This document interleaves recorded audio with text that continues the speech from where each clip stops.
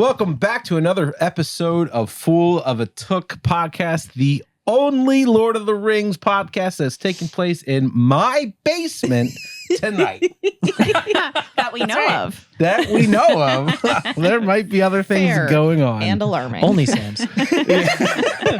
So we have some things we got to discuss. Last week we discussed the Ride of the Rohirrim, which was an amazing chapter as the battle in the Return of the King is beginning at Minas Tirith. Everything is kicking off.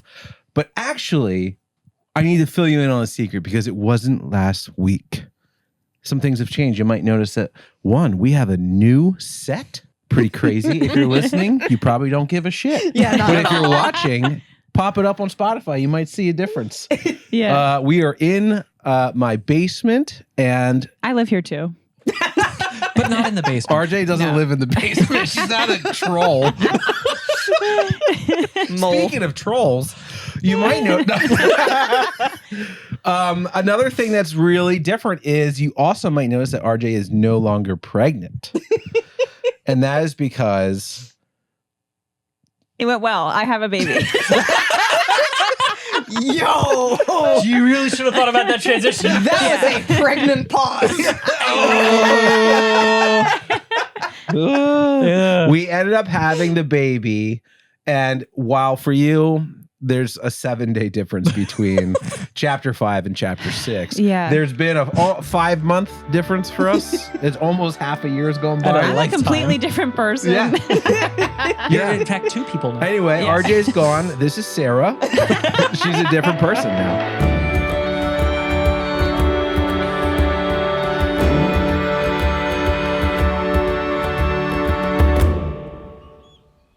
Last episode, King Théoden led his riders toward Minas Tirith to aid Gondor in their darkest hour. Their path was shadowed in fear until Gon guided them by hidden roads, allowing the Rohirrim to reach Pelennor undetected. When they arrived, Minas Tirith was besieged, and despair almost overtook Théoden. But then he called his riders to battle, and the Rohirrim charged, crashing into the enemy host with an overwhelming force. Their desperate gamble became a tide-turning assault, rekindling courage within the walls of Minas Tirith. Fuck yeah. Does anybody remember that? Because I don't. Well, I had to cut a lot It's been out. 5 fucking There was months. a Witch King. There was a lot of explosions. There was I remember magic. the last chapter was, I mean, just batshit crazy. Yeah. So much happens. It's like devastatingly beautiful and haunting at the same time. I'll take Yeah. your word for it. Yeah, I mean, when Vader comes out It's and, wild. He and basically explains that he is his grandfather. Yeah. Well, Right. Vader kills Dumbledore. I am your grandfather. Join me in Slytherin. Oh. We have so much to talk about. We are giddy and excited to be here. It's been, like I said, almost half a year has gone by since the last chapter. We were hoping to get a little further into the Return of the King, but unfortunately, My body said no. our baby came early. We had a little bit of an early baby, and so we had to shut the podcast down earlier than we anticipated. And So, actually, fun fact, our baby chose to come on the day that the Lord of the Rings book was published, October 20th, which is really That's awesome. crazy. 1954. Yeah, he showed up in 1954. He's 80 years old. We're doing a lot of time travel here on this show. There's a lot of time traveling We named going him on. Benjamin. Yeah, so there's a lot has happened behind the scenes. We didn't name him The Benjamin. it's a silent J. It's Benjamin. Benjamin. A lot's happened behind the scenes. Things have changed, but you know what has not changed? We're still here. We are discussing the Return of the King. We have a hell of a chapter to talk about tonight. I am so excited. We have the Battle of the Pelennor Fields to discuss, Holy which was a shit. crazy chapter. Yo. What a chapter to come back. So much I know. happened. And also, we'll get into it later, but I hated the end of this chapter. Yeah. So we will get into that. Okay. While reading this, I thought, I don't know why Tolkien does this to me every time, but it's the same thing as Helm's Deep, where I'm like, the Battle of Pelennor Fields. And the second sentence, they're like, we're in the Battle of Pelennor Fields. And I'm like, oh my gosh, I need setup. Like, you know, Well, the first I the need a previous little chapter foreplay. was set up. like Tolkien just jumps right into it. Yeah. Yeah. I mean, you get chapters of buildup and then the payoff starts with a punch in the face. Yeah. Yeah. True. This is the turning of the tide. Like, this is like for real. Shit's happening. And Tolkien does a very nice little pivot for us because we get to open this chapter with the POV of the Lord of the Nazgûl. The Witch King of Angmar gives us this little internal monologue, and it's shit. He's having a bad time. He's on a bad day. Because he has just shattered the gates of Minas Tirith. He has stared down Gandalf, and he's getting ready to like cut Gandalf into 3 or 4 pieces. And then dawn comes, and then horns start blowing, and he looks up, and there's everybody from fucking Rohan coming in to ruin his party. And he takes a second, and he remembers that he is a ring wraith. He's the Lord of the Nazgûl. He's the Morgul king. I'll come back for you, Gandalf. And he vanishes. Dawn specifically was not supposed to come. Right. This is the first dawn in a whole minute.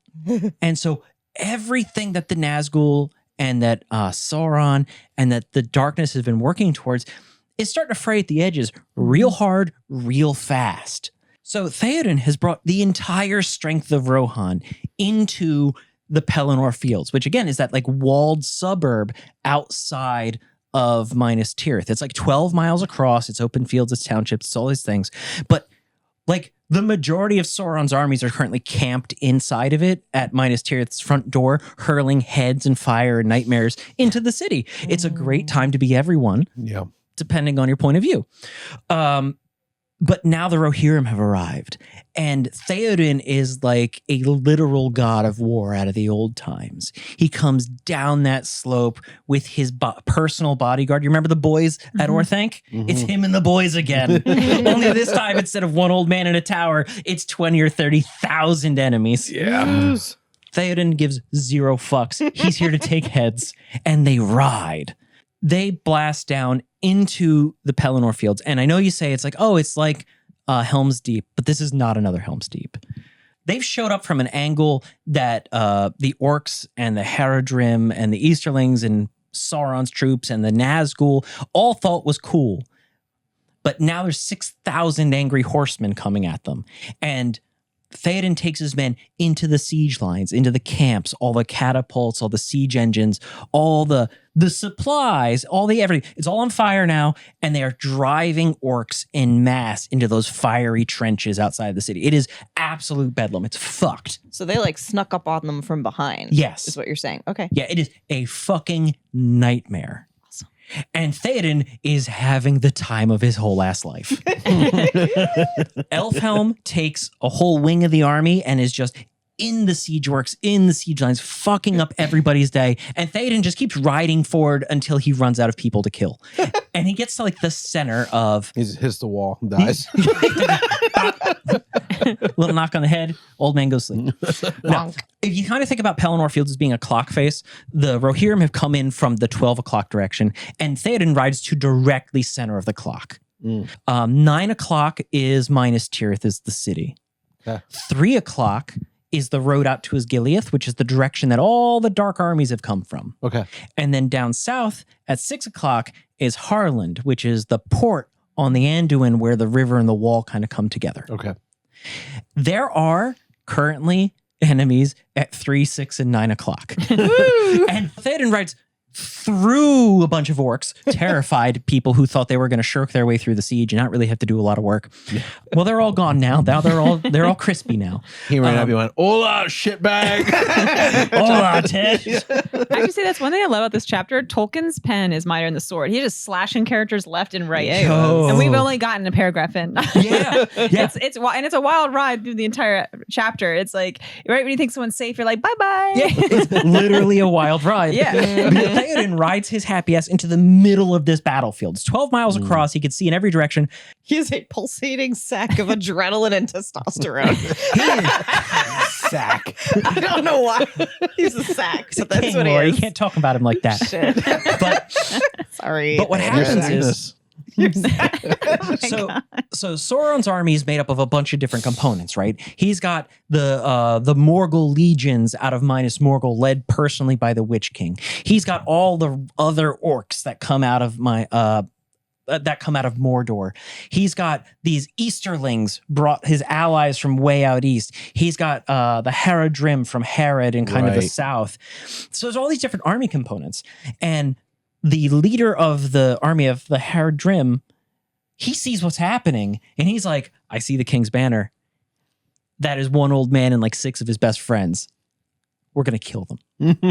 So he orders his banner flown out, which is this like black snake on a red field.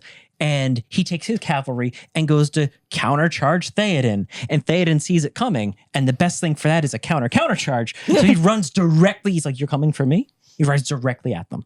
Just no pause. He plays like, what was that game? Chicken? Yeah. Yeah, that's exactly what it is. But it's going to end with a lot more blood than we're commonly used to. Yeah. So all these cavalry get into the mix. And we are not yet off the first page of this chapter. And Théoden carves into these people personally. Mm-hmm. Kills a whole bunch of cavalry.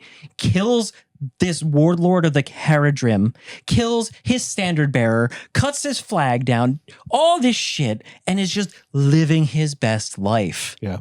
It was strange, though, because part of the paragraph was from the Haradrim warlord's perspective. Yeah. Like the perspective shift has gone at least 3 times so far in like half a page. Yeah, it's the Lord of the Nazgûl who's real mad that the Rohirrim are here. Théoden who's super pleased with himself.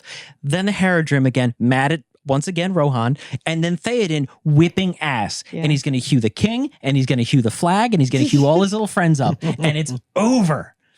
And so Théoden has found his happiness drenched in blood, and he's just living his life for a second. Yeah. And he's again looking for the next thing to kill.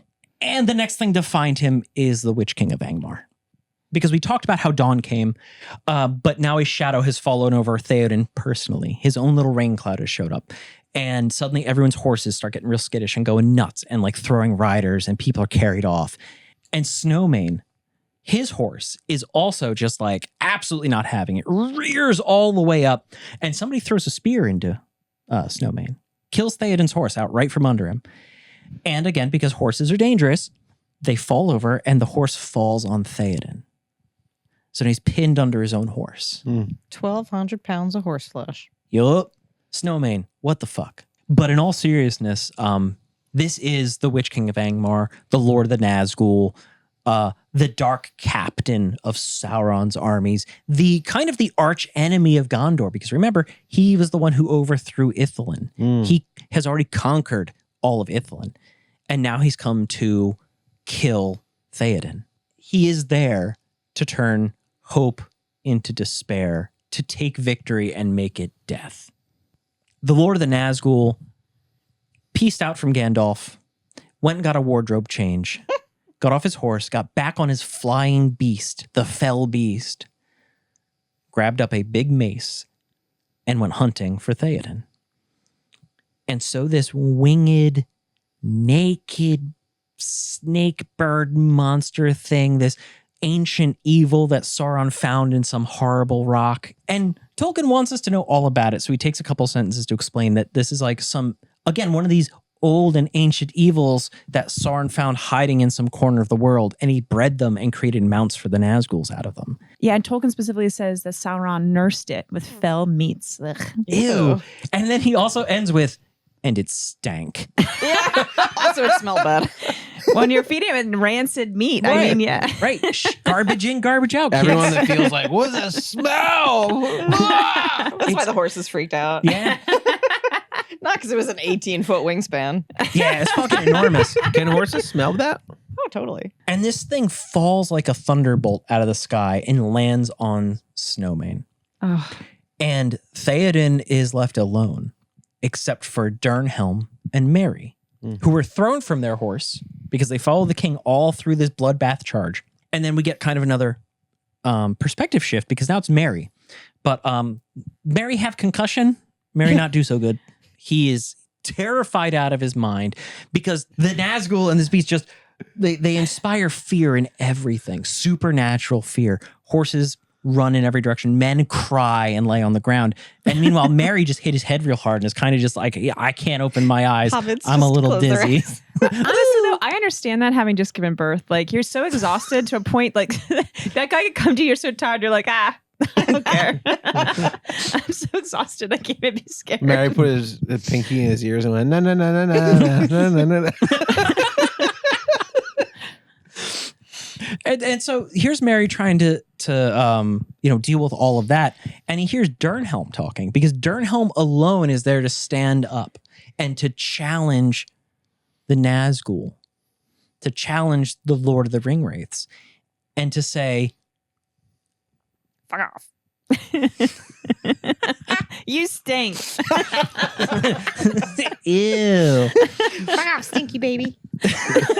Go on, get. No. But what Dernhelm does is he stands up and he says to the Lord of the Ringwraith, if you try to touch Théoden, I will fuck you all the way up.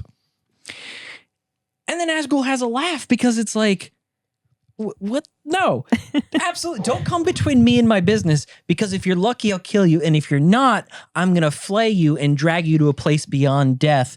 And then I'm going to feed you to the lidless eye.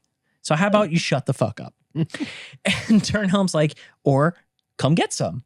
Then Nazgûl says, no living man may hinder me. None. Now you, not nobody. And Dernhelm is like, oh, cool story. By the way, I am in fact a woman. Yes. I know. And Dernhelm removes his helmet, and Merry realizes that he has been riding to war with Éowyn, who pulls off the costume. She went, Éowyn was not allowed to go to war because she was a woman. Mm-hmm. So she dressed like a man, snuck in with Elfhelm's army, got all the way out to this moment, and is the only rider who stayed with Théoden and stayed with him to his end. Mm-hmm. Shit. Yeah, Éowyn identifies as a problem. That's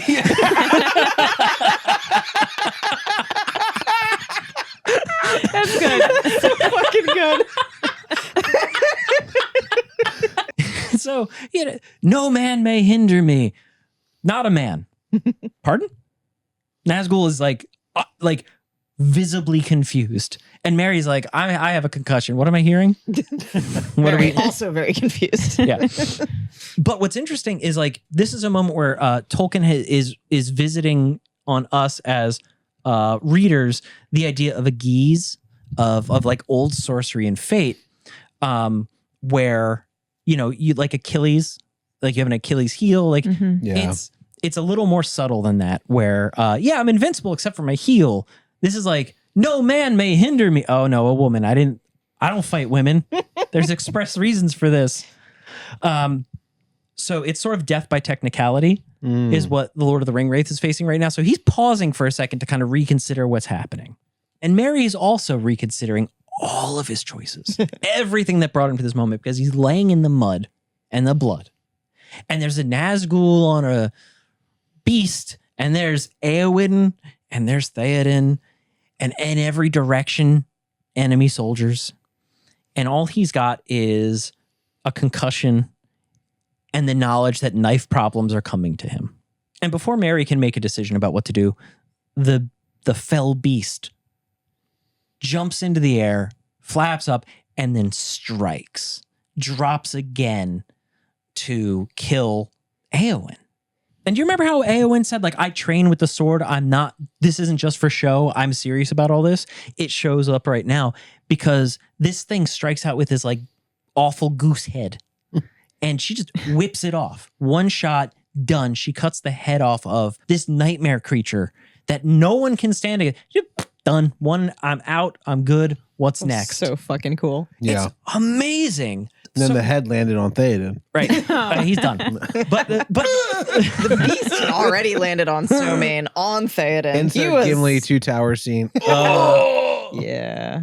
But now we have to kind of consider from the Lord of the Nazgûl's position again, because everything was going great, and then it was getting weird, and now it's gone way the fuck off track. Yeah. So with I think Tolkien says like a cry of incredible rage that immediately made me think of Regina George from Mean Girls. And the Lord of the Nazgûl, he's done with processing this. He's just going to end the situation. So he takes his giant mace and he shatters Éowyn's shield and breaks the arm, and she goes down. He raises his arm again, and Merry has been like crawling in the mud, again, considering all of his life choices. But then when he realizes Éowyn is here and it's just him and Éowyn, he's not going to let her face this alone, or at least die alone. Yeah. He's going to do something about it. And again, sometimes knife problems are the only problems. So as the king of the Nazgûl raises up his mace to smash Éowyn like a fucking basket of eggs, Merry comes up from behind him and gives him the old buckling bow tie right up the back. That one's for you, buddy. Chris is expired. No, in all honesty, though, what happens is Lord of the Nazgûl's having a real weird day, and one little hobbit is absolutely something that should have been on his radar given circumstances, but he's just one thing too many. He'll get to that when he gets to it. Yeah. That was his mistake, because Merry pulls out the sword he got from the Barrows way back in the fucking day. This probably a little magic sword. We don't know quite so much at the time. And he just crawls up behind the king of the Nazgûl and stabs up under his armor and right up into his knee and gives him just like fucking just puts him off balance, stabs him in his incorporeal knee, the knee he may or may not have. It's really unclear whether incorporeal, like Corporeal. Is that a muscle? No.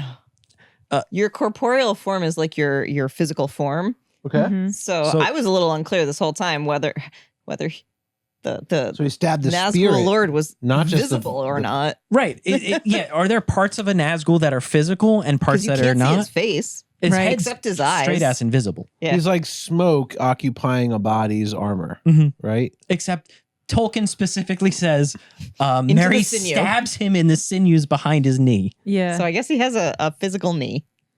Or he's pretending. It doesn't matter. But the point is that the kid in goes, ah! And he goes down.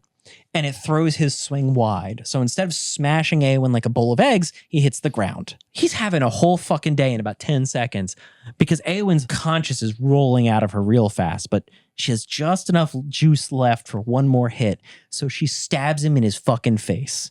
Yes. She drives her sword right into the space where, if the Nazgûl had a face she could see, it would be. So she goes for the space between the crown and the shoulders and hopes for the best. Mm. And her sword shatters, just explodes. And she falls, and everything the Nazgûl is wearing just kind of collapses in on itself. I love that Tolkien takes the point too to say that you're never going to hear his voice again in this age of this world. Yeah. Not that he's dead, but that as of now, this age, he's not seen again. Yeah, the Lord of the Nazgûl is By the done. balloon. It's fucking rad. Yeah. So he's like, ah. Yeah. I didn't know what you meant when you said it because I was say walking. it's a thin voice. I see why Chris thought it was a balloon losing. Yeah. No, Well, it says that he perfect. turns into smoke and he's like, It does not say that. it says that. I wrote It does. It does say that. Balloon noise. He deflates and flies away.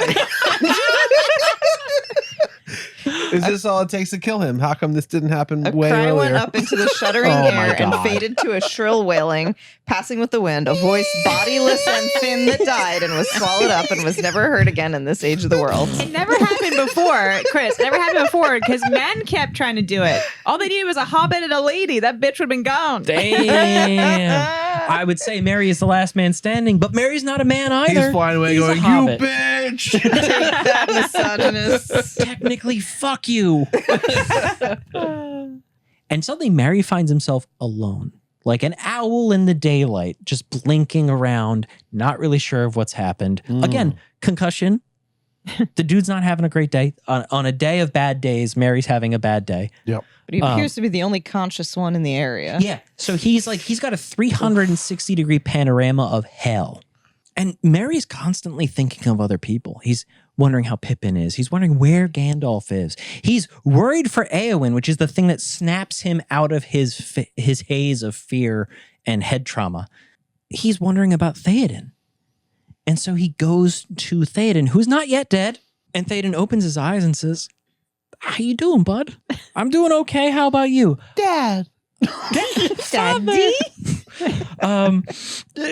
But Théoden says, "Don't cry for me. Argentina. I thought that actually. Don't cry for me, Argentina." The truth is, I never loved you. Is it left you or loved you? I don't know. I thought it was left you. It's probably I left never you. left you. I think you're right. It's I never loved you is Don't also cry for true. me. I never loved you is a terrible lyric. It's bad. But what Théoden says is, I did it. I had a grim morning and a glad day and a golden sunset for me personally. Yeah. Because the man is bathed in glory and also blood. But he says, I can go to the halls of my fathers unashamed. I have found the end I wanted. Yeah. And he's been looking for this for a book and a half nearly. Yep. Oh boy, did he find it. And Merry is beside himself because he's like, I've done nothing in your service except cry and apologize for breaking the one direction you gave me, which was not to do what I'm doing right now, which is be in the middle of a battlefield, because what the fuck? Yeah. And he says, that's fine, buddy. Just somebody needs to find Éomer because he's going to be the next king. So we need to tell him that. Yep. And also, we got to tell Éowyn. I got to let her know that I'm not coming back. And Merry chokes up because he's getting ready to say, oh, she's here. She's also dead, but she's here. Very clearly, that's what he's going to say to him, this dying man. And he takes a breath to say it, and then all hell breaks loose. Horns and murder, and the battle catches up with them because they've been in this weird spot, probably like an artificial calm created by the fact that one of Satan's angels dropped on them and had something to say for a minute. But when that envelope collapses after the Witch King is gone and that fear is gone and people start moving back towards the center, everything goes to hell immediately. Because remember, this is kind of an interlude of violence because if we're in the center of the clock face, which is where Théoden has fallen, again, to his 3 o'clock is bad news. To his 6 o'clock is worse news. To his 9 o'clock is the Morgul legions outside of the city. It's bad news, bro. Bad. Is there still fire everywhere? Yes, there is fire still burning because they were chasing orcs into fiery trenches. Like it also probably stinks to high hell. It's a bad place to be. But 12 o'clock's okay because 12 o'clock is where Éomer has the entire Riddermark. All of the warriors of Rohan are with him, and they come thundering back south through the center. So they overtake Merry and Théoden and Éowyn. So Merry's got no appreciation of the tactical situation, but Éomer arrives and surveys the scene, and he takes in the bodies everywhere and Théoden lying there dying, and he dismounts, and Théoden's battle flag, his standard, is in the dirt, and they retrieve it. And Théoden opens his eyes and indicates that give that banner, that symbol of the kingship, to Éomer. Does that count legally as a transfer of title? It's an indication of what his wishes are. Because then he says to Éomer, hail King of the Mark, ride to victory. But also bid Éowyn farewell when you see her next. But this is also significant because it's the last act of Théoden. After he delivers that message to Éomer, he shuts his eyes and passes away. Ride and die, buddy. He my shirt. finally did it. He did. He rode and doed. Tonight I ride and die. Hey man, always a king, never a corpse. That's right. He got his wish. But now he's got a his corpse. wish. It's fucking wild though, because he was went like, out. "Oh, is a king? Never." Fuck. He just didn't make it. Yes. No, but it's he went out the way he wanted to. Like fate handed him the keys, and Smushed by a just horse. smushed by a hoose. I did feel a little bit do you think he was a little disappointed that he didn't get smote down by an enemy captain? It was his own horse that killed him. That's a little disappointing, right? I mean, maybe that's not the way you want to go, but it was the immediate aftermath of him killing virtually an enemy yes, king he in died single during combat. battle. Yeah. Cannot take that And from him. the Witch King He got created killed this by his own horse. but the Witch King Horses are kind of dangerous. created this secret circle of his magic, and he was coming in for the kill, and no one else was paying attention. It wasn't until he died that it sucked out, and everybody. I don't know what I'm saying. I can't speak. No, you're right though. He kills another king in combat. Yes. And then a nightmare ghost descends from heaven. He closes his eyes, and then everything is fine again. but now he's dying. It's not a great experience for Théoden, but it's also exactly the way he wants to go out. Yeah. In the middle of a bloodbath, in the middle of a Right. battlefield, in a pile of corpses that he made himself. Yeah. All of his bones Everyone broken. saw him slashing heads off and everything. Yeah. No one saw his horse fall on him besides the Witch King, who is Yeah. dead. In front of God and everybody. But that does leave Éomer with a couple of issues, right? Because he says, all right, take these guards back, take the king's body back to the city. You guys handle this. Everyone else get ready to go. And he starts looking through the guards like, I know this guy, I know this guy, I know this guy. And then he gets to Éowyn and he recognizes her and is just struck dumb. Because this is like, what the why is Éowyn here? Why is she dead? Next to Théoden? Yeah. So this is a 1-2 punch for him. And he goes nonverbal. Like in Inglourious Bastards, all those scenes with the one guy who just like zones out. He's just got murder on the brain. Bear Jew. No, the other one, the German defector, Hugo Stieglitz. Yes. But the point is that this is a massive 1-2 punch for Éomer, and he does not take it well at all. No. He kind of takes a deep breath, starts yelling about death. Mhm. Death, death, death, everywhere, death. Fuck this. And he gets on his horse, and he takes a standard, and he goes back to the army, and he grabs everybody, and in kind of a weird mirror of their original charge, when Théoden is like, death, death, ride to the world's ending and the ruin of all things, blah, blah, Yeah. blah. Éomer's just like, no, death. Just death and ruin and fuck everything. We're done here. And he turns and he looks at the 6 o'clock position and he sees the infantry of Harad because Théoden killed all the cavalry. And these big war elephants, the Mumakil, with like towers built on their backs and flags and banners, and there is the enemy. And Éomer's only concern now is vengeance and murder. So he grabs 6,000 men and rides directly at them. And Merry is once again kind of left alone with the remainder of Théoden's guards who are just gathering up bodies. I thought you were And going to say the remainder of Théoden. and the remainder of Théoden. And it started to rain. And the fires get put out, and all the little orc bodies get put out, and the fires in the cities get put out, but it also gets kind of misty.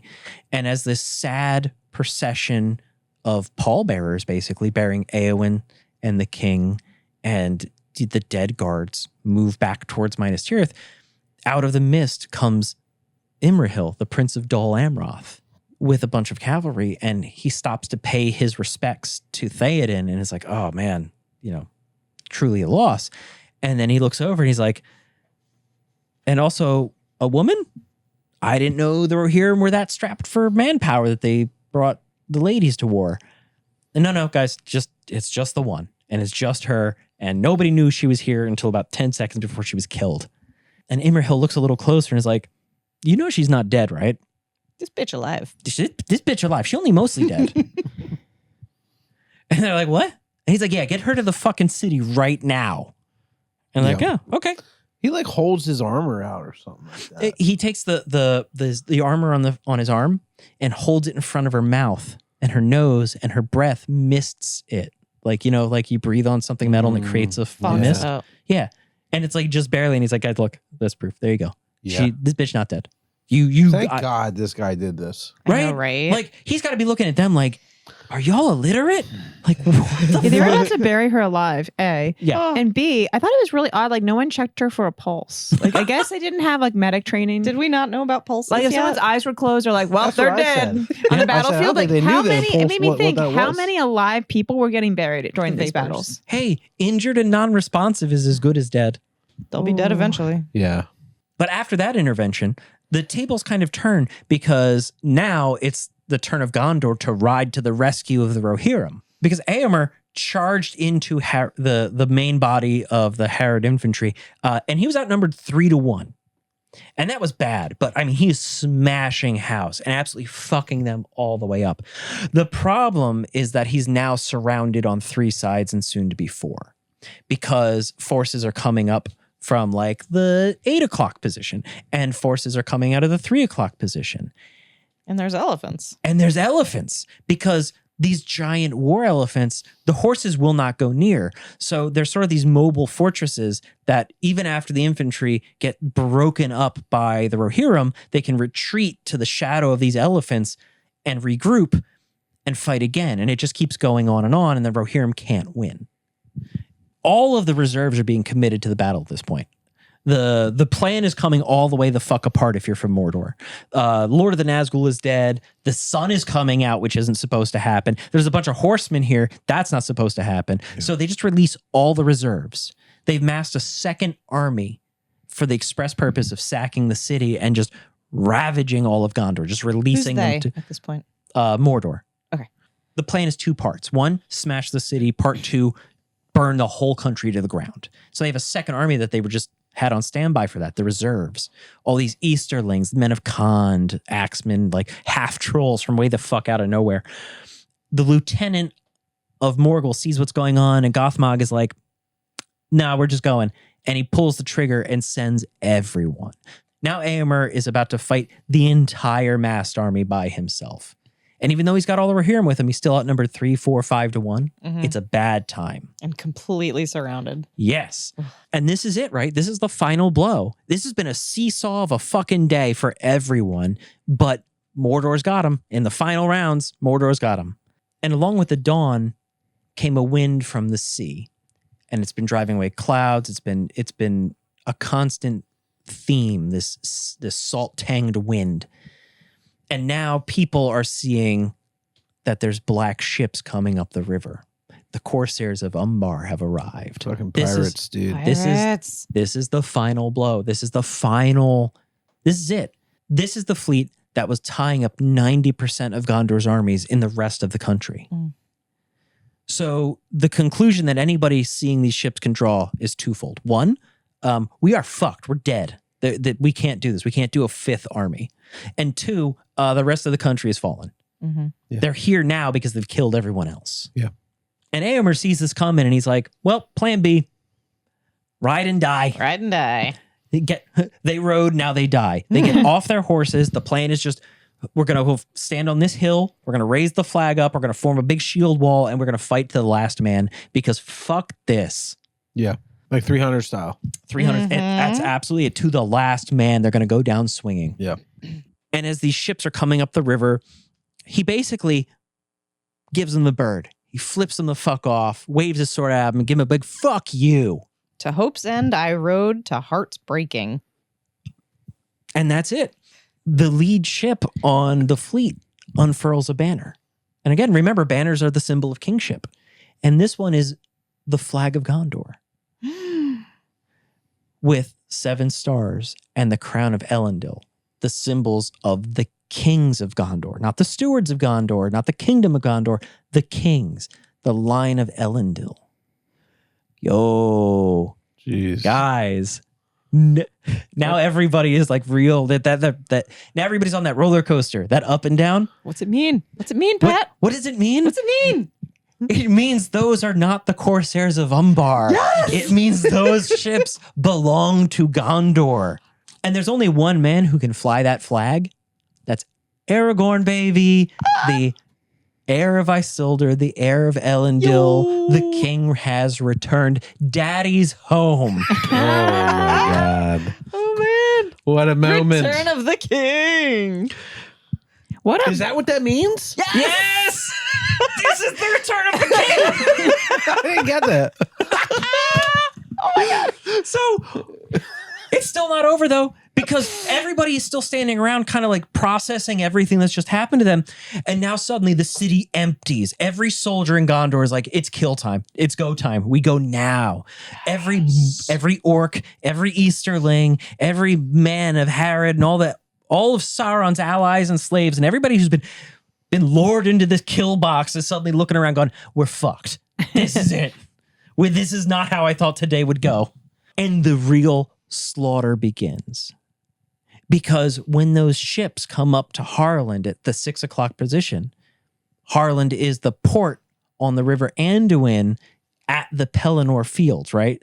So it's basically just a taxi stop where the Corsairs of Umbar stop, and they were supposed to let off a bunch of pirates and the murder was supposed to begin. Instead, Aragorn Legolas, Gimli, the Dunedain, Elrond's sons, and a shitload of Gondorian soldiers get out.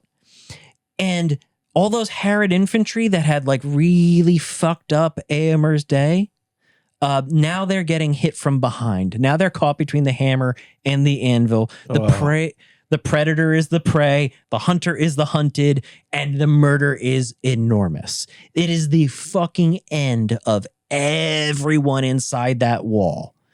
Every enemy of Gondor that breached the Ramis, that entered Pelennor Fields, the majority of Sauron's armies in that area, everyone in that area, all the reserves, everyone, they hunt them until nightfall and kill nearly every one of them. And somewhere in the middle of this, Aragorn and Éomer find each other and go, yo, what? Hey, bud. You're alive? It's that scene from Predator where they do the arm slap. Dylan! Hey! And their muscles show. Yeah. It's like, I told you I'd see you again. I didn't believe you. Well, here we are. All right, I'll see you later. We got work to do. Oh. And so this chapter is the story of that moment of how the tide turns, because they've more or less lured tremendous amount of Sauron's armies into a trap and ground them up like beef. Like they're done. Nothing but blood and nightmares is left. Yum. Oh my God, but Jesus. so many people died. So many people died. Yeah. Great captains. Forlong the Fat, you remember him? Yeah. Yeah. Oh, he got hewed all the way the fuck up. He got unhorsed like Théoden did, but he went down swinging as well. And there was that band of archers that came up with like the Knights of Dol Amroth and everything. Those boys are dead because they got up to the feet of elephants and were shooting them directly in the eyes. I just pictured that song they play with the animal adoption commercial, like In the arms of an angel. it's like people just like It's they're just dead. like a bunch of Welshmen with Yeah. bows shooting Yeah. elephants in the face. But there's just like a field of just corpse. Yeah. It's like I just hear it playing. With a like, hello, my name is. Yeah. I mean, Halbarad goes, Yeah. leader of the Dunedain that brought the flag to Aragorn. He done. A whole bunch of named guys are done. Yeah. Uslaf, the banner bearer. Uflaf, Duelin. Duelin, and his brother. Like it's He's bad. an archer, but yeah. What? Isn't Duelin the archer? Yeah, Duelin the archer and his brother. Yeah. It's a lot of fucking dead folks. A lot of important people are dead in this fight. A lot of other people are dead in this fight. Yeah. This chapter was fucking nuts. Brutal. And with that comes, a memorialization. Snowmane gets buried and gets like a marker stone, like a gravestone to mark basically where that fight happened. They burn that body of the fell beast. They burn it and that grass never grows back. And they write a song about the battle, the Mounds of Mundburg, because Mundburg is what the Rohirrim call Minas Tirith. Oh. And it is a long song. Yeah. And we get it. And it's a page by itself. Yeah. And it talks about, It's beautiful though. Yeah. It's a really nice one. it talks about not glory, not victory. It talks about cost and deaths and the names of the people, specific like heroes and captains and all these people, and everyone who served with them who will never go home, because this was a red day. This was a long day. And that's how Tolkien chooses to end the chapter.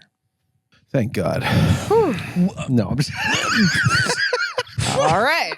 dude, it was such a good chapter. So many things happened. It was a and roller coaster ride. Yeah, I It mean, was- It was only Guys, 10 pages. I have a confession to make. I read this twice. The first time I read the chapter, I got to the end. I thought Éomer was dead. Oh no. yes. Like, there was so much, like when he rode directly into the battle and got surrounded on four sides, my brain was like, okay, he's dead. And I'm already mourning him. Yeah. By the end of the chapter, I just thought he was dead. Yeah. And then I read it a second time and I was like, whoa. Éomer was the original Crash Dummy. Remember those commercials where the Yeah. Crash Dummy was slamming into slow motion? Yeah. That was him. He did it. My entire being was trying to prepare for Éomer dying and just like no more kings of Rohan. Yeah. I had to go back and reread like a bunch of these sentences twice because I was a little confused at times of what Tolkien was actually saying. Yeah, I thought the language got a little more complex in this chapter. And I felt like it was partially because there was a little bit less dialogue than there normally is. So Tolkien's voice really shined through. Mm-hmm. And Yeah. like you said, the sentences were kind of like in funny orders and the language was a little more flowery and complex. And so, Yeah. it took a little bit longer to read. Yeah, he kept doing these false leads where you think, oh, this is going to happen. And then you'd be like, just kidding. The character just misunderstood this. And I thought you made you misunderstand it as well. I was like, Yeah. well, Yeah. the third time he got me, I was like, come on. Right? Plus, I had to look up 1 to 2 words per page.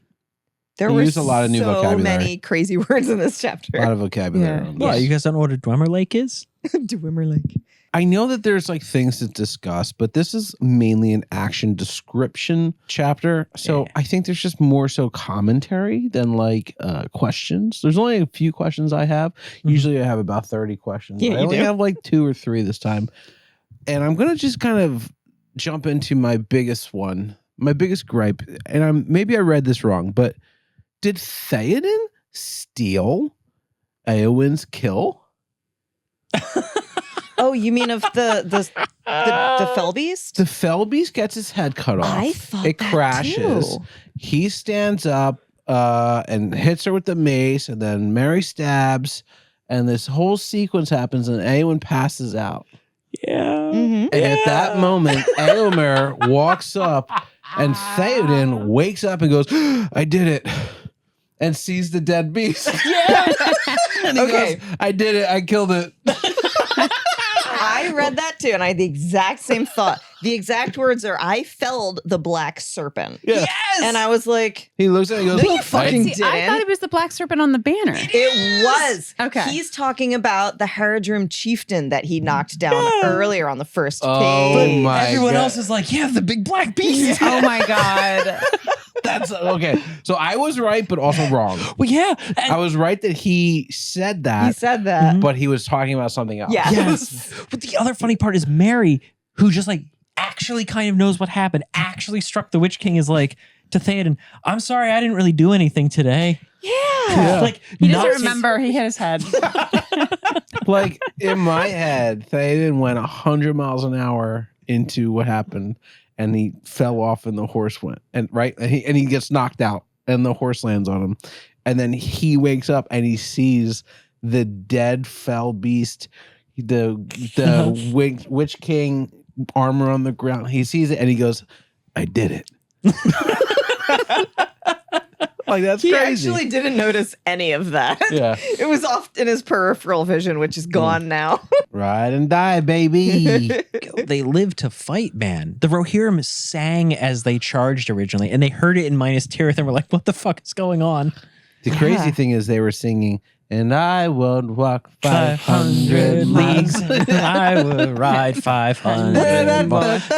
What's the last time they had to fight anything? What's the last war they had? The Rohirrim? Yeah. The Rohirrim have been in a running battle with the orcs of you're right, Saruman yeah. for a couple of years. Okay, so they have practice. Yeah. No, Yeah. the Rohirrim, they didn't just wake up and decide to start fighting again. They are nomadic horse warriors who were awarded a country to live in a few generations ago and are just, And they've been fighting for it ever since. yes. And we saw they put the tallest children on horses to That's battle. true. So like they start when they're like 10, 11, 12, depending on your height. Yeah. It's not even age, it's height. Yeah. It's You like, must it's be like this no, yeah, I was just gonna say there's like a sign. You must be this tall to go to You battle. must be this tall to ride or die. Ride and die. So there's this really interesting moment when Tolkien's going through those who died in the middle of the chapter. Théoden, obviously, we think Éowyn, all these people. And then he makes a point to talk about the sword of the Barrow Downs that was owned by Merry. And I'm just going to read what he wrote, and then I have a thought on this. Yeah. Love it. It says, "So passed the sword of the Barrow Downs, work of Westernesse. But glad would he have been to know its fate who wrought it slowly long ago in the North Kingdom when the Dunedain were young, and chief among their foes was the dread realm of Angmar and its sorcerer king." And it's a really flowery, beautiful way to say that the creator of that dagger was foes with the Lord of the Nazgûl. And that dagger was created to defeat him. And many, many, many years, not even by the person it was created for, it did its duty. That is so cool. And not only that, but we have to go way back in our reading to the first book, The Fellowship of the Ring, when good old Tommy Bombadil told the hobbits to steal from the corpses and the burial mounds and the Barrow Downs. We were all like, what happened? What? Kind of. Well, he didn't tell them to steal, but basically he was like, pregnant during this part. no, it wasn't. No, he basically like they were in the Barrow Downs. He saves them once again, and he's like, take these daggers. You know what I mean? But they were swords for them. And lo and behold, one of those daggers ended up being the one thing that could defeat the Lord of the Nazgûl. I feel like we went off the rails here. No, she's right though. Did Tom give it to them, or did he tell them to take it? He told them to take some things because they were naked and like. Remember they were literally naked on the grass, Literally naked. like doing So cartwheels. he's like, clothe yourselves, young hobbits, and take their stuff. My question is, did Merry choose that for himself? Or did something guide him to that? Don't remember. Well, Tom Bombadil told them to pick them up, Yeah. right? And yeah, because Tom Bombadil had pulled all the treasure out of the mounds because dispersing that treasure would dispel the enchantment that let the ghosts live, the wraiths and all that shit. But remember, when that was all going down, Merry was having a waking nightmare. Remember, he wakes up from that because he was living the life of a warrior in those wars, and he remembered being struck and hewn by struck by the spear of a man of Caradun, which is like the mountains in fucking Angmar. Yeah. This is basically Merry picking up the nightmare war from his time in the Barrow. Yeah. That is fucking cool. Yeah. And I thought it was just so awesome that Tolkien kept that story going and finally closed it in this chapter. Like the payoff was incredible. And Now, it just shows am I correct that he's a Morgul blade? No, this is a Numenorian blade. Numenorian blade. I just think that's really cool that the long play on that storyline because it's a lot of detail and you're kind of like, well, that didn't really pay off besides they got these cool daggers that they can use for knife problems. But everything has a meaning in this story. Yes. And I just thought this was one of the best payoffs yet of the whole storyline. Agreed. It came full circle and it was beautiful. Yeah. It's and I also love the proof of why Tom Bombadil is important. I can't believe there's a fucking 7 degrees of Kevin Bacon between Tom Bombadil and the Witch King of Angmar. Yeah. That's true. Hobbit, take this dagger. And they made a point of saying that because of that dagger, Merry was the only person who could have defeated the Witch King then and there. It's so awesome. Oh my gosh. It's fucking rad. There's something that really is bothering me. Yeah? Guthlaf, the banner bearer, R.I.P. he lays dead. Yes. Sorry, Bummer. Goose. Bummer. Also, who was Guthlaf? He was the banner bearer. Oh. He's dead now. Bummer.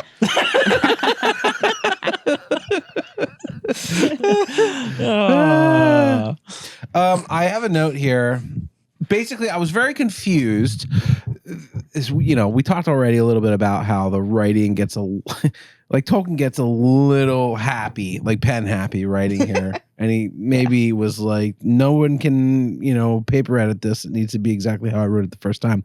But I read this as, oh no, Éowyn died. Oh, Éowyn's alive. Huh. No, Éowyn's dead. Huh. Éowyn's alive. And I was on a roller coaster of emotions, dude. Yeah. Holy shit. Because Witch King raises his arm to make the killing blow, gets stabbed, doesn't get to make the killing blow. But her arm's already broken. Yeah, but that doesn't mean you're dying. No. But he already And then hit her it once. says, But he hit her Merry good. looks at Éowyn on the ground. Yeah. Yeah. Put the X over her eyes and Yeah. make the sound. And I'm like, she died? Man, what a terrible way to announce she's dead. He didn't even say she's dead. He just looks and sees her passed out on the ground. And then we have the whole sequence come back up and they're like, oh, that's Éowyn. And Théoden's like, I just tell Éowyn. And I was thinking to myself, Merry doesn't want to tell Théoden she's dead. Yeah. Right? Yeah. But then they never made a killing blow. So there's no way she's dead. There's no way she's dead. But then they throw her in the pile of dead bodies. So I guess she's dead. Kinda. But then the guy comes in and goes, she's not dead. And I'm sitting here going, make up your mind. Yeah. And was that the Prince of Dol Amroth? Yeah. Imrahil. Yeah. Imrahil. I have to say, I had a question of that for Pat, and maybe it's just like the fact that I had a long break and I had baby brain. But they made a big point to say his banner had a silver swan on it, and I know that that represents that he has both Númenórean and Elvish blood in his lineage. Mhm. Isn't Elendil's wife, aka Galadriel's daughter, a swan? Is that because like he has Elvish swan blood of her line, or I know she was cursed? Are the swans just a prevalent thing in Elven mythology, or is this meaning like he's of some line of that? It is a common motif in all those stories, and Okay. and Dol Amroth plays like geographically into that whole tale. So there's a Okay. reason that swan symbol is present. Okay. I was just Yeah. curious. I was like, is this like Swan Lake where all these elves, women are becoming swans by day at night and then elves by day? Like, what is going on? It's just the one, and it's Okay. very sad. Yeah, and it then is a somebody sad story. dives off a ship to go find their swan wife and just never swan does. And Swans are both beautiful and scary, much like elves. True. That's And actually really a great once again, analogy. water the eternal foe. Mm. Yeah. Well, thanks for clearing that up real quick. Did Because I was any- like going on a deep dive, like, are they related? To a swan? Did they pull Snowmane off of Théoden?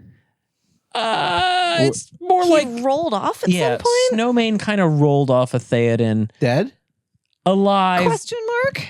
alive but unwell. Yeah. And then the fell beast lands on Snowmane and kind of rips it up. And it grabs Snowmane. Yeah, and Oh. just With kind of its like talons and starts stabs the digging fuck in out of it. Yeah. I kind of thought it was like a Gimli situation where like Snowman was on top of Théoden and then the beast lands on Snowman and he's like, oh, Yeah, that's exactly what I thought. more weight. more. Yeah. And then the beast head falls on top. And then So, Gothmog. Not dead yet. Did we meet Gothmog? What's a Before? Gothmog? Gothmog's a character. I was to say, it's a really good punk rock band. He's in the. Gothmog is like the lieutenant of the. Oh, right. He's like the Mor- leader of the Yeah, of like the- Mordor army He's or the something. number 2 guy for the armies of Morgul Vale. Ooh, you got to Lieutenant. watch out for those number twos. He was the reserve. I meant because Sauron was a number 2. Oh, okay. Gotta watch out for those BMs. Dude, all night RJ's been doing these phrasing. I haven't spoken in a while. I talked to a baby all day. I just Earlier, she was trying to find that plant, and she said, "I have a bush." I said, I said, And big announced bush. it to I was like, everybody. hey, I I have a have big a big bush. bush normally. And we're just like, Might not even be in the And shot. then there was another one. I don't think it's even in the shot. And there was another one where you were like, "There's some crazy shit in the bedroom," or whatever he said. I forgot what it was, but this is your third one. You gotta watch out for those number 2s. My point was Sauron was a number 2, and you see what happened there. You're so innocent that you don't understand or hear how It makes sense in her quickly I head. can turn what you're saying into a terrible The thing. third time I got it. It took me 3 times. Yeah. Now I'm picking up My on God, it's so funny.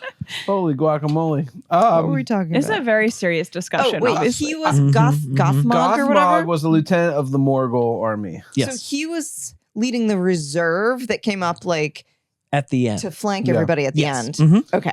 But the reason I bring Gothmog up is that there's a word used to describe what Gothmog is doing with his army, and it's the rape of Gondor. Ooh. Well, he doesn't get to, but yeah, that's the purpose. Yeah, it's That was the interesting idea. that it's why use that word So there's in a a aggressive? battle? Like, Yeah. yeah, but I don't think. Okay, context, right? Context matters. Nuance matters. Yeah. Rape is obviously terrible. Mhm. I think almost anything and everything that happens on a battlefield when you're in a sword and Marmaduke fucking stepping. What is it called? Marmaduke, the big dog. No, Woof. Mammoth.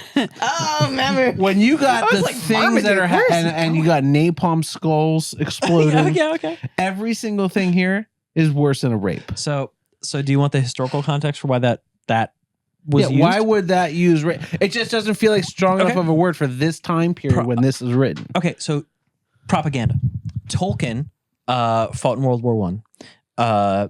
In World War One, the Germans invaded Belgium, a small nation, and they were very harsh during the occupation, like mass executions, all this crazy shit. And English and American and French propaganda all called it the rape of Belgium. Oh, okay. Because they sacked that country. They stripped it of wealth. They killed people. It was a brutal occupation. Yeah. So in Tolkien's context, what he's saying is the intent was to do the same thing to Gondor. Mm-hmm. And so the rape of Belgium, the rape of Gondor, it's a very There's like a parallel between it. there's a straight line through Tolkien's life experiences and context to that's why he chose that word. Interesting. That's fascinating. It just felt like I mean I don't But this has nothing to do with his time in World War One. Absolutely yeah, no, nothing. the Never. books have nothing Definitely to do with not. this. The next one is about Éomer. He rapes Théoden. Jesus. When did that happen? Oh, well, that's literal. Oh, okay. That one was sex. Yeah. Yeah, got it. Yeah. Actually, Yeah. necrophilia. It's part of the exchange of the crown. Oh, wow. So speaking about really odd, terrible things and the use of language that is kind of problematic, there is a bit of a problematic racist line in here. There's some stuff. Yeah, there's some bad And stuff I in think here. that, if we're talking about things, we can't just blow over. We never have blown over the tough parts of this book. Mhm. And I think we got to address it. Yeah. Mhm. There's a terrible, terrible line about black men like half trolls with white eyes and red tongues. Yeah, that is Yup. a wild ass. Like, That's And crazy. that's about the Southrons, right? no, this is like the far eastern. The far east. Yeah. Okay. Yeah. But they're clearly the villains, the bad They're guys. literal monsters. Yeah. And the problem is that it uses a lot of language that was common in those very racist stereotypes of people living in the African interior. Yeah, it sounds in that sentence, it sounds like a reverberation of a bit of like the social world outside of literature. It Yeah. reminds me a little bit of like the old was it Looney Tunes cartoons where they Yeah. would depict people that way with like the bright red lips and Yeah. They would do like blackface cartoons and shit. yeah. And that was It's very like- like of the time. And luckily, like society struck that shit down and was like, stop. This shit's stupid. Mhm. This is fucking insensitive. It is mean. It's, like luckily as a society, we fucking put an end to a lot of it. Not all of it, but a lot of it. Mhm. But it does feel like there's a reverberation outside of the book of The Return of the King, The Lord of the Rings, of like society at whole in that one line when I was reading it. And I was like, That feels bad. Yeah, because I have to say overall, his writing doesn't sound like he started writing it in like the 30s, 40s, 50s. Until that But then there's happens. certain things like that you're like, Yeah. oof. I always forget the time period and like the age he was Mhm. and like just how people spoke back then because it's really ahead of its time and it's timeless. And in that moment, that line, it really struck me of like when he was writing it, Yeah. but also that was more horrific than people getting hewn and like burning heads. Like, it was really jarring. It took me out of the story actually for a couple seconds. Yeah. Like reading you're it just right. was like, I was like, woof, this used to be how people spoke. Yeah. So near the end of the chapter, when the ships roll in and Éomer's in a really foul mood and he's just like laughing. 'Cause he's like, I'm going to go out dying. There's this really cool moment where it says the sunlight comes out. And I was thinking to myself, how is that happening? And then I realized there's this one really quick line where it's discussing the banner on the ship, the sign of Gondor and the king of Gondor. And it says that Arwen, daughter of Elrond, wrought gemstones, and that was the crown. Yeah. And it just reminded me of Galadriel when she puts things on the ships for them to protect them. Mhm. And I'm like, Arwen did something with her magic with these gemstones. It was protecting Aragorn, so the darkness of the enemy can't hit him. So he's just bringing sunshine and sunlight and positivity and hope with him. Oh, I love that. Yeah. And maybe I'm reading into it, but I believe No. I believe that's how it is. I think that's super right because this whole chapter has been extremely literal yes, with the light and the darkness of exactly how the battle is waning. yeah, And that's super cool because everybody thinks when they see the ships that it's dark right. and, it's over. But there's light coming Mhm. from the ships. Yeah, Yeah, and once to again, show another you. character on the sidelines is actually having a really big hand in this battle specifically Mhm. from a previous And a book. woman. And another woman. Yeah. Ooh. I also liked when I realized Reaffirms the point that women always be fucking shit up. Arwen fucking this whole battle up on purpose, and it's great. Just to make I her love boy it. look good. Yeah, just meddling, With her gemstones. meddling in all the affairs. I liked the moment when I realized that flag or Standard. standard was the gift that was brought from Arwen to Aragorn. Yeah. Yes, that's the one that like he was like, no, keep it. Yeah. Yeah. rolled up. This flag is special. It has a moment. This was the moment. Yeah, That was Yeah. so good. Don't spoil my moment, boys. I loved it. Yay.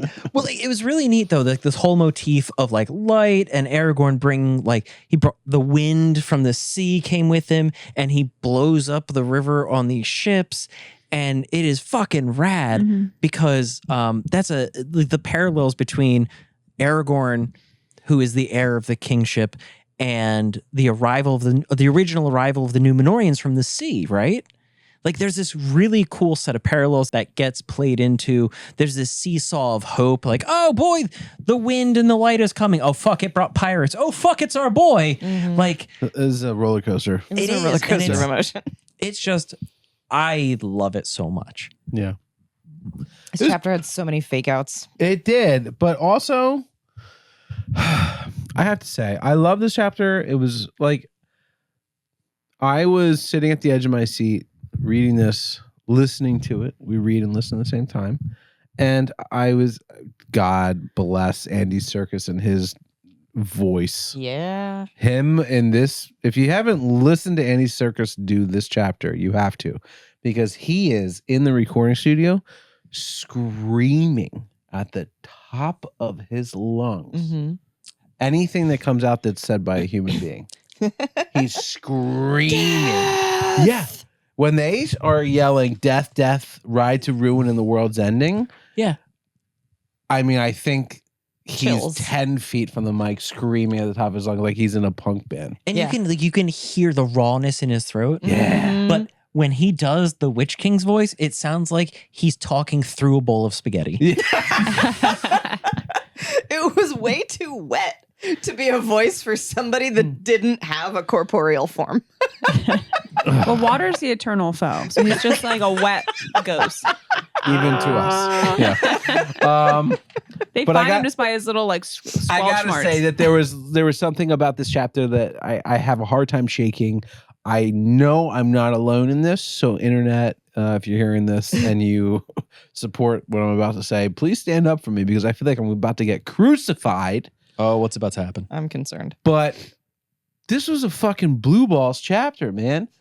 This whole fucking book, I'm waiting for Aragorn. Actually, this whole trio of books, I'm waiting for Aragorn to have his moment, Mhm. to roll up, pull out his flame sword, Yeah. and do some work on these Yeah. orcs. Leading this, he's the return of heir of Elendil. He's here. He's fighting the battle for Minas Tirith. This is it. And Tolkien goes, and it was a crazy battle. You should have been there. That's- and I was like, wait, what? That can't be over. And I flipped the page back and forth. It can't be over. And he said, battle's over. A lot of people Yeah. died. It was pretty crazy. 3, 4, 5. There's a 5-line paragraph that summed up the rest of the day. I have been waiting at this point since, what is it now? It's 2026. I've been waiting almost 2 years for Aragorn to show up and to do some work. Mhm. And instead, I had a description that was twice as long of how Théoden's breathing sounded underneath a horse. Yeah. I couldn't. I was like so furious. It was, oh my God, it was almost a perfect chapter until we got to the last paragraph. And then it was over. And that Tolkien did not describe a single fucking thing that happened with Aragorn. There was no like he rushed into battle and beheaded 2 orcs and then someone came at him with an axe and give me something. Give me something, dude. I've been fucking waiting for this. And you just ended it. And it was blue balls. And That made me legitimately so angry at this chapter. And it lost so many. This was, until that paragraph, an A+ chapter. Once I finished the chapter, C-. What? C-. Well, to feed that fire, I just want to remind you that like Théoden does all of his work on the first page. Yeah. And it's a 10-page chapter. You get your 2 paragraphs for everything that Aragorn has accomplished in a, hey, you should have been there moment. And then Tolkien, he wrote the Mounds of Mundberg. We get the full text of it. That's 1 page out of 10. Yeah. Well, it prefaces that song by saying it was a great battle and the full count of it, no tale has told. Oh my So God. he's trying to say that like literally nobody knows everything that happened. Not me and not you. Yeah, That's so including funny. myself. Because like And he wrote Aragorn. it. Do you think? Wait. Do you think that was an editor's note? He's just like, no, absolutely not. This Dude, doesn't make any fucking sense. It's kind of bullshit, man. Like, it's kind of bullshit. Tell me it's not bullshit. It is kind of bullshit. You know what I think? No though? one's ever written or said what happened. I wish I knew. So I think it Are was you too fucking heinous kidding me? to really like. I think it's like your adrenaline gets up and you can't really remember. It's like you black out. You know what I think? I think this is Théoden's chapter. That's it. They're not going to take Théoden's chapter and have Aragorn take over it at the end. Come on, give This is give the old man his This due. is the chapter about the Rohirrim. I don't care about him. That's the Okay, problem. then. You're chasing the The wrong. last chapter is called The Ride of the Rohirrim. chasing They the had a wrong whole king. chapter about That's it. it. That's it. Chris is just This is chasing the the wrong battle king. of the Pelennor Fields where everybody comes together. It's Yeah. a melting pot. You still have a little bit of blue balls going on, Chris, because we're not at the end here. Yeah. This is just a real badass moment. If, I'm just saying this now, if the next chapter comes Mhm. and we don't get a single description of Aragorn in battle, I'm throwing the book out the fucking window. You know they're going to toss it back to like Gandalf and see what the heck is going on inside Minas Tirith. I mean, at what point do I get what I've been waiting 3 books for, which is just simply Aragorn doing something cool? I'm going to say end of The book boy's been 1. doing They work. did you know what they did? They did the same thing with the ghosts. Yeah, And I think we're going complained back to about the it. ghosts. I complained about it with the ghosts. Aragorn is trying to find the ghost, and then he goes, "Hello, my name is Aragorn." And they go, "Do you want us?" And he goes, "Yeah." And they go, "We're in." Here we are. And then the 2 sentences later was, and then Aragorn ran down a mountain with a bunch of ghosts behind him. Yeah, that's fair. And I was like, "Are you fucking kidding me? Yeah. Yeah. Are you fucking kidding me?" We have And to go then back to the literally, ghosts. We right have now, to. how did Aragorn get the ships? We're going to find out. I don't know. Where are the Pirates of Umbar? We're going to find out. Who knows? I'm positive that's going to be one of the chapters What, coming up. I don't understand what's going I'm on right excited. now. There's no ghosts. Aragorn shows up, and then Tolkien decides not to include anything. Bro, blue balls. You just sound hungry. Ugh, I am hungry. And it's my Well, own house, and there's not even about a treat. that. I No think I have treat. something for you. No treat for whiny boys. I make people come to my house and bring me treat. Come to my basement and talk about It Lord is of your the Rings. birthday. It is my birthday. We didn't tell the audience. Today's my birthday. Hey. Happy And birthday. with that, Aragorn. 46. Listen. 18. Cheers to being 51. You look real I got good. Numenorian blood in me. You'd never know. Ride and die, kids. Ride and die. You ready for your birthday treat? Top him off. I am. No. Top me off, girl. Open your eyes. Opening my eyes in 3, 2, 1. Okay. Hey, what is this? What is this? The fuck? It's a 7-tiered city. There's a field in front of it with a My God. with a wall around it and a river with some pirate ships on the side. To be clear, this is a cake Laura made. This is a cake. There's a lot of wax burning onto the top of it. It's Is that gonna okay? be delicious. Is that okay? Yeah, you're gonna No. be fine. I mean, there's a lot of pools of wax here. That's the part where you don't want to eat. That's where Yeah. the Mumaks Yeah, yeah. are. You Those want are the north for- end. Those are for This is all so of cool. the fires that the Mordor armies made. Wow. Is this for my birthday? Yes. Yeah. That's why it's covered in candles. And wax. So listen, about that top off. You should probably blow that out really soon. I'm going to blow the top off this. Good. You should make a wish. I think something's starting to burn. Yay! You don't have a smoke detector, do you? I'm down here. Good. That was Didn't fucking expect awesome. those to burn so quickly. Happy birthday, God. Mr. President. That was awesome. Thanks, guys. Where's the treat? Just kidding. All right, I'm gonna carve up this bitch. This is a beautiful birthday cake. And while it is a cake celebrating I'm alive, unfortunately, is a cake celebrating the death of many. Many Many. named men. This is the first cake that we've had on this show where we didn't use Sting to cut it Oh, That And was it a shows. brownie, actually. or brownie. Yeah. That was a fun time. All right. I mean, you could like. I don't it's right want to. there. I don't want to. Then I got to clean Yeah, it. let's dig All right. in. Laura's All right. cakes Let's are legendary. dig in. so for the people who are listening but not watching, Laura made a large 2-tiered cake and then stacked a series of slightly smaller cakes on top of it and frosted them to look like the city of Minas Tirith. We put a bunch of candles in the Pelennor Field and they melted all the way down. Yep, we're eating them. Are we? We're eating some wax. Yes, we are. Okay. But it's fucking great. There's a lot of grass on here, which is freaking awesome. How did you make grass? I have a special piping tip that makes Oh grass. God, Lauren, It's just the that's tip, very man. personal. Shut up.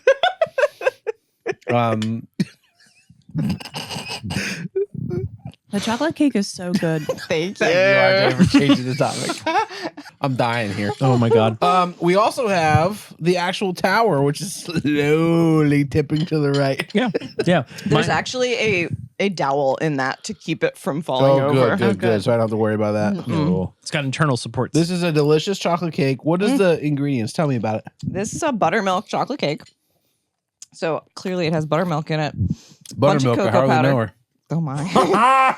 Oh my. It has some coffee in it, so you're welcome. Coffee. oh, okay. Not much. You'll be fine. Coffee. It just I brings hardly out know. the chocolate flavor. Oh my god. It's delicious. Thank you. What'd you make the stone wall out of on the side? Rocks. Buttercream icing. Oh my God. I That was is eating just- a candle. I didn't realize that. It could be wax too. At this point, it's hard to know what's what. I left a candle in it by accident. I was eating it. Everything's melted into each other. Guys, I found Gonbury gone. Oh no. And he is officially gone. Gone, girl, gone. He's gone, girl, gone. That was a delicious food for thought. A beautiful, what would you call it? Cake. Cake? You don't want to cake. call it the Minas Tirith Oh, I'll come up with a birthday name cake for of it. Death?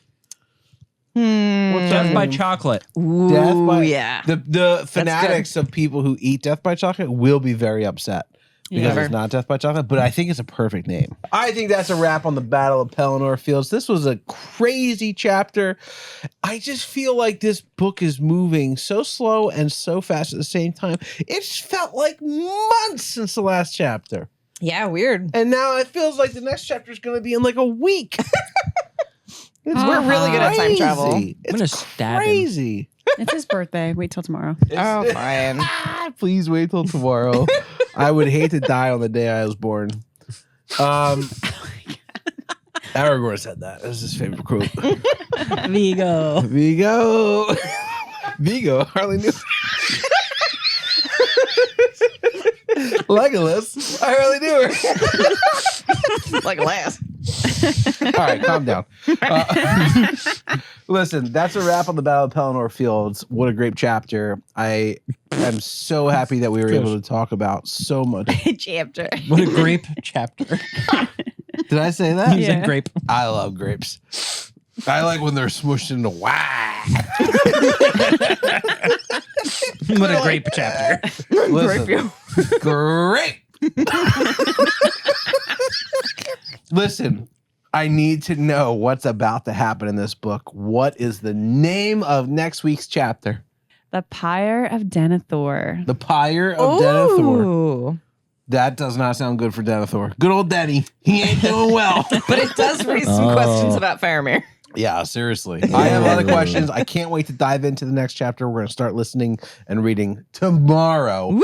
But in the meantime, I just want to say thanks so much for listening to watching, to commenting, to following, to subscribing to our podcast. We have the best fans in the world.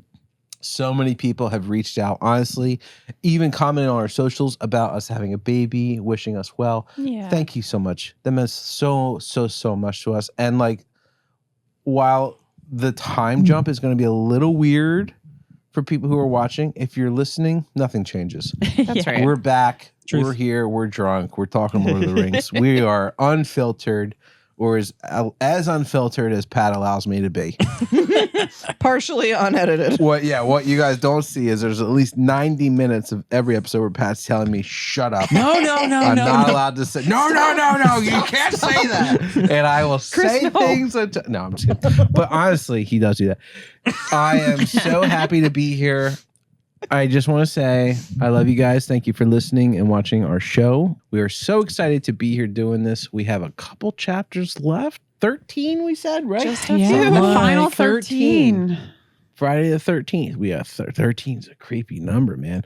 We got 13 weeks of this book, and then we have a movie episode. Yay! I love the movie And episodes. then that will be the end of season 3. And I think a Ooh. 1-sentence synopsis of book 3 as a you little have to do that. bonus. Maybe that's a bonus. I don't know. We'll see.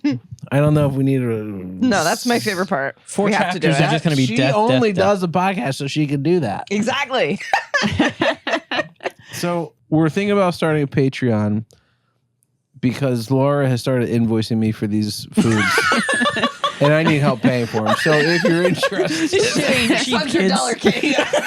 I could really use some subscriptions to our Patreon. It's fullofattook.fuckyou.com. Make sure you go check it out. Or It's Only pretty Sam's. great. Or the Only Sams. Don't forget the Only Subscribe to our Only Sams. Sam's. There's great feet pics. They're very hairy. They're not our feet. They're all AI generated. No, But- don't even tease. It's There's Pat's a lot of big toes. completely nude deep lore dive. Tune in Wednesdays for Pat's Nude Dude Wednesday. Where he lets everything out. Yeah. And don't worry, he tops us all off.